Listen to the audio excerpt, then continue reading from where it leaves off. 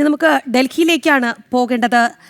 ഡൽഹിയിൽ national Herald കേസിൽ കർണാടക ഉപമുഖ്യമന്ത്രി DK ശിവകുമാറിനും സഹോദരനും ED നോട്ടീസ് എന്നുള്ള ഒരു അപ്ഡേറ്റ് ആണ് ലഭിക്കുന്നത്. ഡൽഹി പോലീസിലെ സാമ്പത്തിക കുറ്റാന്വേഷണ വിഭാഗമാണ് നോട്ടീസ് അയച്ചത്. ചോദ്യം ചെയ്യലിന് ഡിസംബർ 19 ഹാജരാക്കാനാണ് നിർദ്ദേശം. വിവരങ്ങളുമായി ശ്രീകാന്താണ് നമുക്കൊപ്പം ചേരുന്നത്.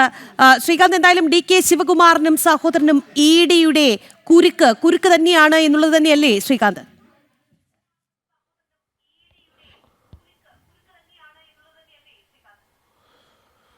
രാഗി, ഇക്കഴിഞ്ഞ ഒക്ടോബർ 3 രജിസ്റ്റർ ചെയ്ത കേസാണിത്. ഡൽഹി പോലീസിന്റെ പ്രത്യേക സാമ്പത്തിക കുറ്റാന്വേഷണ വിഭാഗമാണ് ഈ കേസ് രജിസ്റ്റർ ചെയ്തത്. ഇവരാണിപ്പോൾ നോട്ടീസ് അയച്ചിട്ടുള്ളത്. നിലവിൽ DK ശിവകുമാറും അതോടൊപ്പം തന്നെ DK സുരേഷും, അത് DK ശിവകുമാറിൻ്റെ സഹോദരനും MP-യുമാണ്. ഈ രണ്ട് സഹോദരങ്ങളും ഈ ഡൽഹി പോലീസിന്റെ പ്രത്യേക സാമ്പത്തിക കുറ്റാന്വേഷണ വിഭാഗത്തിന് മുൻപാകെ ഹാജരാകണം എന്നാണ് അറിയിച്ചിട്ടുള്ളത്. സോണിയാഗാന്ധിയും രാഹുൽ ഗാന്ധിയും പ്രതികളായി വന്നിട്ടുള്ള നാഷണൽ ഹെറാൾഡ് കേസിൽ ചോദ്യം ചെയ്യലിന് വേണ്ടിയാണ് ഇരുവരെയും വിളിപ്പിക്കുന്നത്.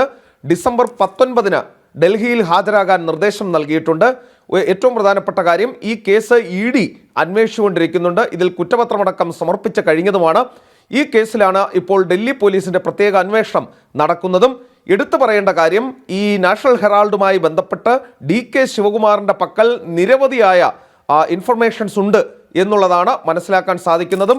എന്തായാലും കർണാടകയിൽ വലിയ രാഷ്ട്രീയ വിവാദങ്ങൾ കോൺഗ്രസിനുള്ളിൽ പൊട്ടിപ്പുറപ്പെടുമ്പോഴാണ് DK ശിവകുമാറിന് നോട്ടീസ് കിട്ടുന്നത് എന്നതാണ് പ്രത്യേകം ശ്രദ്ധിക്കേണ്ടത്. ശ്രീകാന്ത്, എന്തായാലും ശ്രീകാന്ത് സൂചിപ്പിച്ചതുപോലെ കർണാടകയെ സംബന്ധിച്ചിടത്തോളം വലിയ രാഷ്ട്രീയ കോളിളക്കം സൃഷ്ടിക്കുന്ന ഒരു സമയമാണ്. അതിനിടയിലാണ് ഉപമുഖ്യമന്ത്രി DK ശിവകുമാറിനും സഹോദരനും ED നോട്ടീസ് എന്നുള്ള ഒരു വാർത്ത കൂടി വരുന്നത്. ഡൽഹി പോലീസിലെ സാമ്പത്തിക കുറ്റാന്വേഷണ വിഭാഗമാണ് നോട്ടീസ് അയച്ചത്. എന്തായാലും ചോദ്യം ചെയ്യലിന് ഹാജരാകാനുള്ള നിർദ്ദേശമുണ്ട്. ഡിസംബർ 19 ചോദ്യം ചെയ്യലിന് വേണ്ടി ഹാജരാകേണ്ടത്.